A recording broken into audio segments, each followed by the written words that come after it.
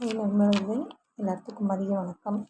இன்றைக்கி ஒரு இன்ஃபர்மேஷன் சொல்லலாம். என்ன இன்ஃபர்மேஷன் அப்படின்னு பார்த்தீங்கன்னா, நிறைய பேர்த்துக்கு வந்து இந்த காலகட்டத்தில் வரக்கூடியது நிறைய பேர்த்துக்கு பிபி வந்து அதிக பேர்த்துக்கு ரத்த அழுத்தம் இருக்குது. ஓகேங்களா? சராசரி ஒரு மனுஷனுக்கு வந்து பிபி லெவல் எவ்வளோ இருக்கணும் அப்படின்னா 130/80. ஓகேங்களா? அது வந்து இருந்தால் மட்டும்தான், அது எக்ஸ்ட்ராவும் ஆகக்கூடாது, கம்மியும் ஆகக்கூடாது. 130/80 இருக்கணும் நமக்கு சராசரி ஒரு மனிதனுக்கு பிபி லெவல். ஓகேங்களா?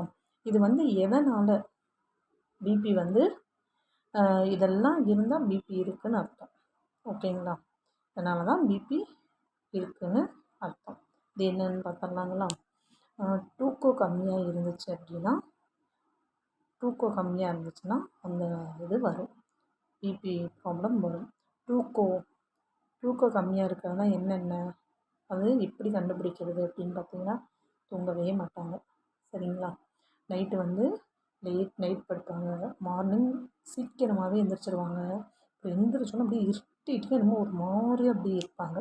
சரிங்களா? எதனாலலாம் வந்து நம்மளுக்கு பிபி அதிகரிக்குது அப்படின்னு சொல்லி பார்க்கலாங்களா? அது என்னென்னு சொல்லிடணுமா?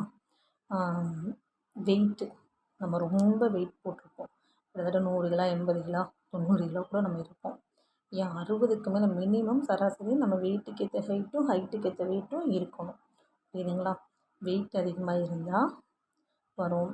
உப்பு, சால்ட்டு வந்து நம்ம கம்மி பண்ணி தான் சாப்பிடணும். சால்ட்டு நிறைய போடவே கூடாது. அதுக்கப்புறம் ஆல்கஹால், சரக்கு அடிக்கவே கூடாது. ஓகேங்களா?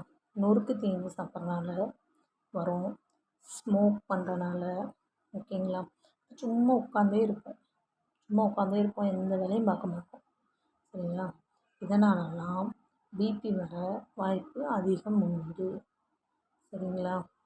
வெயிட் போடுறனால, உப்பு இருக்கிறனால, ஆல்கஹால் சாப்பிட்றனால, நொறுக்கு தீனி, ஸ்மோக்கு, இதெல்லாம் நம்ம பண்ணுறனால பிபி வரும். சரிங்களா? இதற்கு மேலே பிபி வந்து நம்ம வந்து எப்படி பிபி இருக்குன்றது நம்ம எப்படி கண்டுபிடிச்சிக்கிறது அப்படின்னா, நம்ம ஒன்று ஹாஸ்பிட்டல் போவோம். ஹாஸ்பிட்டல் போய் டாக்டர்கிட்ட செக் பண்ணி பார்ப்போம் பிபி இருக்கான்னு. இல்லை அப்படின்னா இன்னொரு வழிமுறையும் உண்டு. அது என்ன வழிமுறை அப்படின்னா, டிஜிட்டல் வந்து இப்போ வந்து வீட்லேயே நம்ம செக் பண்ணிக்கிற மாதிரி ஒரு சின்ன மிஷின் வந்துருக்கு. அதை வச்சும் நம்ம செக் பண்ணிக்கலாம். ஓகேங்களா மக்களே?